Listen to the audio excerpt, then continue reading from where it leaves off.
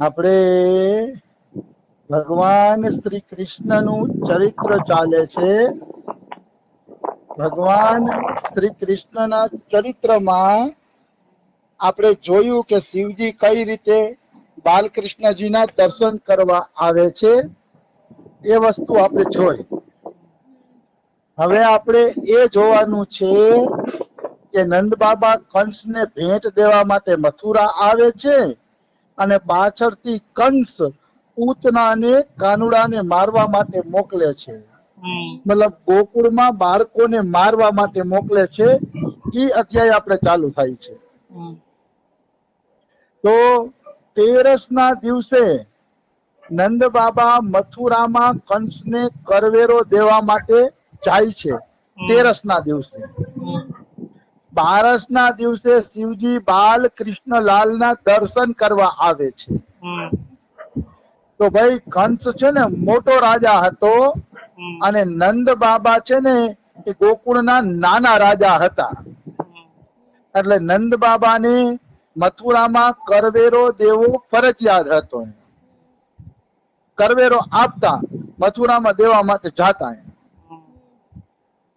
તો નંદ બાબાએ વ્રજવાસીઓને બોલાવ્યા. વ્રજવાસી જે લોકો હતા એને નંદ બાબા બોલાવે છે અને બોલાવીને કે છે કે મારે જાવું પડે એમ છે. નહીતર કે મારું મન તો નથી કે હું જાવી કે, પણ મારે જાવું પડે એમ છે કંસને કરવેરો દેવા માટે.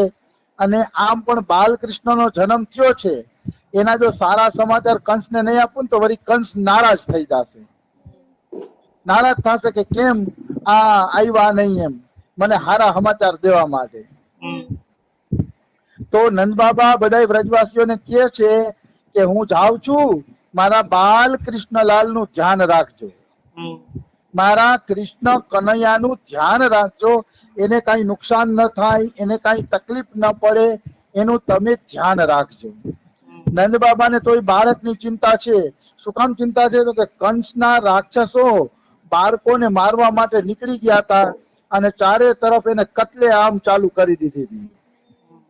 ઘણા બાળકોની હત્યાઓ પણ એમને કરેલી હતી. એટલે નંદ બાબાને કંસનો ભય તો હતો જ. એટલે કે છે કે હું જાઉં છું કરવેરો દેવા, તમે મારા બાલકૃષ્ણલાલ નું ધ્યાન રાખજો, સંભાળજો. તો સંભાળવાનું કીધું ને, તો ડોંગરેજી મહારાજ શું સત્સંગ કરે છે કે ઘરમાં ભગવાનની સ્થાપના કરવી કઠિન નથી, પરંતુ પ્રભુને સંભાળવા અતિશય કઠિન છે. મતલબ ઘરમાં ભગવાનને તમે લઈ આવો તો ખરા. માનો 2000 નો ભગવાન આવે કે 5000 ની ભગવાનની મૂર્તિ આવે, તો કદાચ તમે 5000 ખર્ચો કરી લ્યો ને ભગવાનની સ્થાપના કરી દો, પણ એને હાચવવા કઠિન છે. કારણ કે પછી ટાઈમે ટાઈમે જમાડવા પડે, ટાઈમે ટાઈમે દીવાબત્તી કરવી પડે, રાત્રે સુવડાવવા પડે, સવારે જગાડવા પડે. બધી સેવાની જિમ્મેદારી આવે છે. બધા પ્રકારની સેવાની જિમ્મેદારી એમાં આવી જાય છે. એટલે પ્રભુની સ્થાપના હેલી છે, પણ પ્રભુને હાચવવા અતિશય કઠિન છે. એટલે કે ભગવાનને ઘરમાં રાખો તો એવો પ્રેમ કરો કે ભગવાનને બીજે ક્યાંય જવાની ઈચ્છા ન થાય. ક્યાંય ઈચ્છા જ ન થાય ભગવાનને બીજે જવાની. એવો ભગવાનને તમે પ્રેમ કરો. આવી વસ્તુ છે. જીવ ભગવાનને છોડીને સંસારમાં વિષયોનો આનંદ લેવા આવે છે, એટલા માટે ભગવાન એના હૃદયના ઘરમાંથી નીકળી અને બીજે ચાલ્યા જાય છે. મતલબ સંસારનો આનંદ લેવા કોઈ જાશે તો ભગવાન એનું ઘર છોડીને ચાલ્યા જશે. આવી વસ્તુ છે. પછી એક મહત્વની વાત કરે છે ડોંગરેજી મહારાજ કે ભાગવતમાં એવું વર્ણન છે કે કંસ અને કૃષ્ણ જીવનમાં એક જ વાર મળે છે. એક જ મુલાકાત, બીજી મુલાકાત નહીં. કારણ કે પહેલી જ મુલાકાતમાં કૃષ્ણએ કંસને મારી નાખ્યા. પહેલી જ મુલાકાતમાં. એવી રીતે કંસ મરી ગયો અને કૃષ્ણ જીવી ગયા. તો ડોંગરેજી મહારાજ એમ કે છે એવી જ રીતે ભગવાન જયારે તમને મળે છે ત્યારે સંસારના સુખ રૂપી કંસ છે એ મરી જાય છે. આ નિશ્ચિત વાત છે. સંસારના સુખ અને ભગવાનનો પ્રેમ આ બે એક જગ્યાએ રહી શકતા નથી.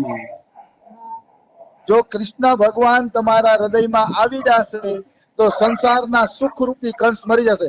અને વારંવાર સુખ મરી જાય તો એનો અર્થ એવો નથી કે તમને આનંદ લેવાનો અધિકાર નથી. ભગવાનના ભજનનો આનંદ લ્યો, કોઈની સેવાનો આનંદ લ્યો, ઠાકોરની સેવાનો આનંદ લ્યો, નામ જપ, કથા, કીર્તન, ઈ આનંદ લેવાની તો છૂટ છે. પણ સંસારના ખાવા પીવું, હરવા ફરવાના એવા સુખ લેવાની તમને પછી ઈચ્છા થશે નહીં. જ્યારે કૃષ્ણ તમારા હૃદયમાં આવશે, અને કૃષ્ણ અને કંસ બે ભેગા ન રહી શકે, બેમાંથી એકને મરવું જ પડે. સંસાર જોતો હોય તો ભગવાન ભાગી જાય, ને ભગવાન જોતા હોય તો સંસાર ભાગી જાય. બેમાંથી એક જ તમારા હૃદયની અંદર રહે. બે હૃદયની અંદર રહેતા નથી. કૃષ્ણ અને કંસ બે રાજા ન બની શકે, એટલે કૃષ્ણએ કંસને મારી નાખ્યો અને ઉગ્રસેનને રાજા બનાવી દીધા, કારણ કે બે રાજા ભેગા ન રહી શકે. એટલે ડોંગરેજી મહારાજ કહે છે કે વિષયોને છોડીને પ્રભુનું ભજન કરો, પરિણામમાં તમને સુખ મળશે. ભગવાનનું ભજન પેલે ભલે આપણે થોડું કઠિન લાગે, પણ પરિણામમાં મંગલકારી સુખ મળશે, એમાં કોઈ એટલે કોઈ શંકા નથી, કોઈ સંશય જ નથી. તો નંદ બાબા વ્રજવાસીઓને બોલાવે છે અને એમને સમજાવે છે કે મારા લાલાને સાચવજો. કે મારે જાવું પડે છે એટલે જાઉં છું, કે મારું મન નથી કે લાલાને છોડીને હું જાવ. કે નંદ બાબા કહે છે કે પ્રત્યેક વ્રજવાસીના દરવાજે બબે જણા પહેરો ભરજો. કે એક નહીં, બબે. એટલે એકને નિંદર આવી જાય તો બીજો જાગતો રહીએ. બબે જણા પહેરો દેજો. આમ બધી સૂચનાઓ આપીને નંદ બાબા મથુરામાં ગયા છે. મથુરામાં રાજા કંસના દરબારમાં ગયા છે. દરબારમાં જઈ અને જે કઈ કરવેરો થતો તો એ કંસને આપી દીધો. માથે લાખ રૂપિયાના 5 રત્નોની ભેટ આપી. 5 રત્નો પણ ભેટમાં આપ્યા નંદ બાબાએ, કારણ કે દીકરાનો જન્મ થયો હતો ને, એટલે વધાઈ તો આપવી પડે. એટલે વધાઈમાં 5 રત્ન નંદ બાબાએ કંસને ભેટ આપ્યા. હાલાકી નંદ બાબાને કંસ ગમતો નતો, પણ હવે બધું વ્યવહારિક કામ કરવું પડે. નંદ બાબા આપણે શીખાડે છે કે પ્રેમ કોઈની હારે રાખવો જોઈએ નહીં ભગવાન સિવાય. વ્યવહારિક કામ કરવા માટે આ શરીરને વ્યવહારિક કામ માટે મૂકી દેવું. શરીર ભલે વ્યવહારિક કામ કરીને રાખે, પણ મન પ્રભુના ચિંતનમાં લાગેલું હોવું જોઈએ. નંદ બાબા કંસના દરબારમાં અત્યારે ખાલી વ્યવહારિક કામ જ કરે છે, એનું મન તો એના લાલાની અંદર લાગેલું છે. તો નંદ બાબાએ 5 રત્નોની ભેટ આપી છે. અને નંદ બાબાના ઘરમાં લક્ષ્મી આવી ગયા છે, કારણ કે કૃષ્ણ ભગવાન પ્રગટ થયા એટલે લક્ષ્મીજી વૈકુંઠ છોડીને ગોકુળમાં આવી ગયા છે. એટલે કે રમા ક્રીડનમ ભૃપનુપ, મતલબ જ્યારથી કૃષ્ણ જન્મ્યા છે ત્યારે રમામાં લક્ષ્મીનું ક્રીડા સ્થાન બની ગયું છે વ્રજભૂમિ. વ્રજભૂમિ વૈકુંઠ કરતા પણ વિશેષ છે, કારણ કે વૈકુંઠમાં ઐશ્વર્ય છે, જ્યારે અહીં માધુર્ય છે. એમ કે વૈકુંઠમાં લક્ષ્મીજી છે ને ઘૂંઘટ તાણીને રીએ છે, અને કોઈ માઇકેલાલ એની સામું જોઈ શકતું નથી. ઘૂંઘટ તાણીને રીએ છે. કોઈ મોટા ઋષિ મુનિ આવે ને તો એ લક્ષ્મીની ચરણોમાં જ દ્રષ્ટિ રાખે છે, અને ચરણમાં વંદન કરીને વયા જાય છે.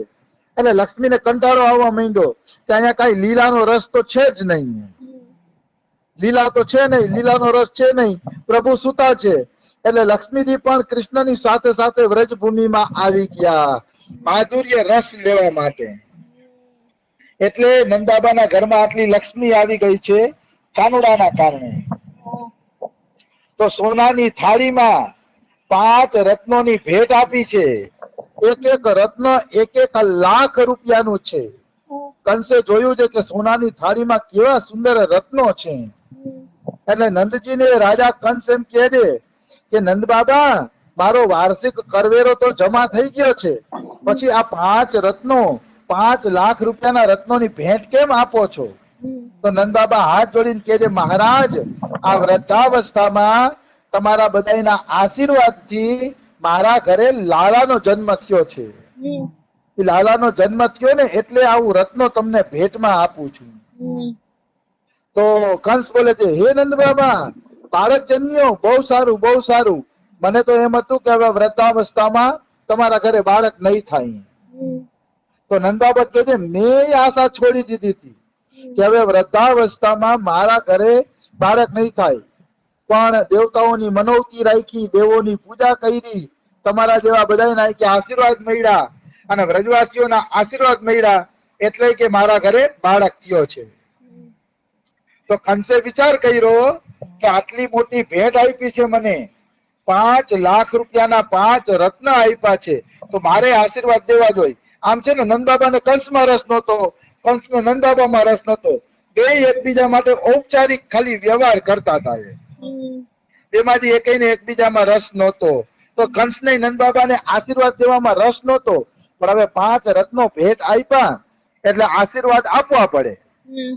એટલે કંસ ખોટે ખોટું આશીર્વાદ આપે છે કે હા નંદબાબા તમારા ઘરમાં બાળક થયું છે ને, સાંભળીને તો મને ખૂબ જ આનંદ આવ્યો.